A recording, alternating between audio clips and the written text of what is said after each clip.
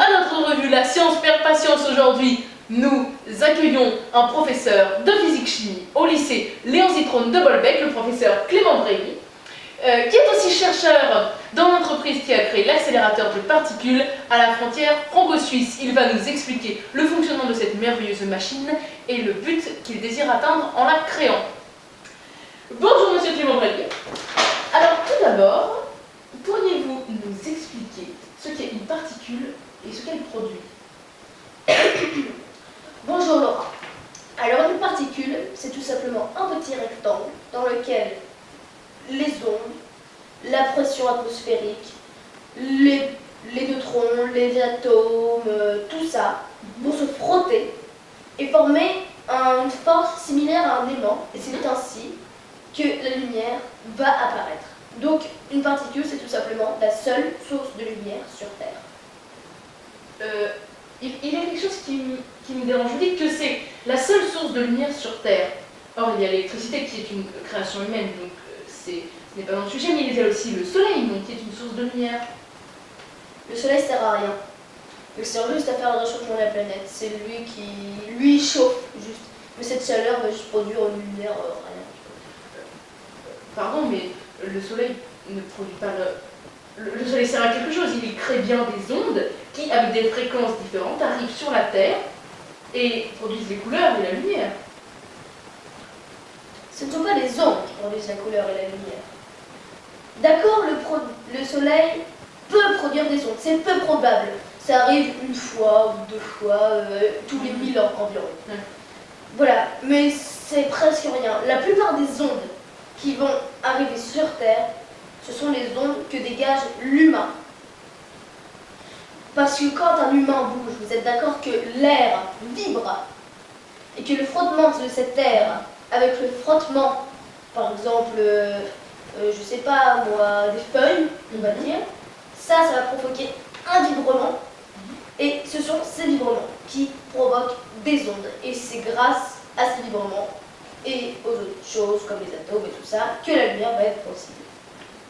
Donc ce qu'on apprend dans les lycées ou dans les écoles primaires aux élèves est faux. Exactement. Parce que tout le monde cherche à se compliquer la vie. C'est pourquoi faire simple quand on peut faire compliqué? C'est exactement ça. Voilà. Donc je trouve ça débile qu'on enseigne des choses fausses. Oui, vous avez totalement raison. Enfin, le soleil n'est pas dans le sujet. C'est vous qui avez inventé en grande partie l'accélérateur de particules. Alors, pouvez-vous nous expliquer comment fonctionne l'accélérateur de particules? De quoi est-il composé? Comment arrive-t-il à accélérer les particules? Alors, l'accélérateur des particules, ça marche essentiellement avec un moteur. C'est un moteur diesel, vous trouvez ça dans tous les garages, voilà. Ça provoque ça une onde. Une onde qui va permettre aussi d'aider un peu au développement de l'art. Donc les ondes comme celles que créent les humains. Oui, en quelque sorte. En quelque sorte. Mais donc voilà. Mais voilà, donc ça aide pour participer à la fabrication des particules. 1. 2. Le réchauffement de la planète. Quelles conséquences ça a sur les particules et sur les ondes? Quelles conséquences? Je vous demande. Excusez-moi, je ne comprends pas bien, je vous demande le fonctionnement de votre machine. Je voulais poser une question. Le réchauffement de la planète, quelles conséquences ça a sur les ondes et sur les particules? Essayez de répondre. Le réchauffement, ça les fait ralentir, c'est ça? C'est exactement ça. Exactement ça. Et donc, cet accélérateur de particules va permettre d'accélérer les ondes pour qu'ensuite, les particules et les ondes dans le même sac, on va dire, vont pouvoir ralentir et ainsi garder un peu leur énergie pour plus tard. Parce que par exemple, quand une personne âgée garde son énergie quand on marche, après, elle peut faire des kilomètres et des kilomètres. C'est exactement pareil pour une particule.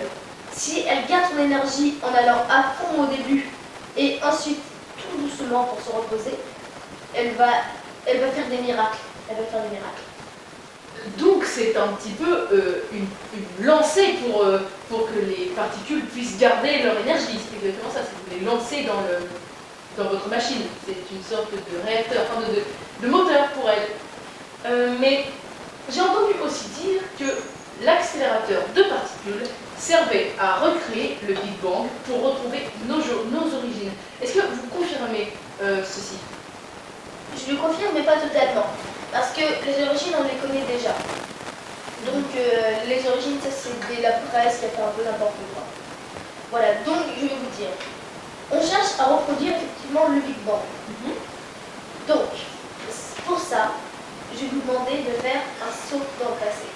Il y a 6 milliards d'années, quand le Big Bang a fait littéralement exploser la Terre. Oui. Cette Terre s'est séparée en plusieurs bouts. Et une cellule appelée Krostiklamourlo a pu se développer grâce à cette explosion. Et donc c'est ainsi qu'au fur et à mesure du temps, l'homme a pu se développer. Voilà. Et donc, si on veut maintenant réussir à reproduire le Big Bang, c'est parce que la planète est en surpopulation. Et donc on a pensé que si la cellule est totalement déjà développée et qu'on recrée le Big Bang, et ben, ça devrait pouvoir réussir à la tuer et ainsi à refaire revenir une population normale sur Terre. Cette machine servirait donc en quelque sorte à sauver l'humanité, puisque nous produisons trop de pollution et le fait de réduire la population réduirait le réchauffement climatique et sauverait notre planète. C'est exact? C'est exact, parce que l'homme produit le réchauffement climatique comme le soleil. Parce que l'homme, en ce moment, est un peu délicat. Donc merci beaucoup monsieur le professeur. Comme vous l'aurez compris, cette machine sert à réduire la population sur Terre afin de pouvoir préserver ce qui reste et ainsi préserver la planète. Merci beaucoup monsieur le professeur. Vous nous avez beaucoup éclairé, si je puis dire. Et nous revenons mardi prochain pour une nouvelle revue La science perd patience. Mais cette fois-ci, nous accueillerons un professeur de SVT qui s'appelle Jean Bernard et qui nous expliquera pourquoi certaines espèces s'éteignent. Merci beaucoup et au revoir, à bientôt. Au revoir, madame. Au revoir. Vous étiez génial, c'était vraiment super. Merci. Merci beaucoup. On va beaucoup éclairer. Mais cette histoire sur le soleil, il sert comme une orientation des planètes. Et... Ça ne sera pas la peine. D'accord. Bah... il sert pas fort. Non, c'est pas le soleil qui sert à la gravité de la planète. C'est plus les autres planètes qui, avec une force magnétique, va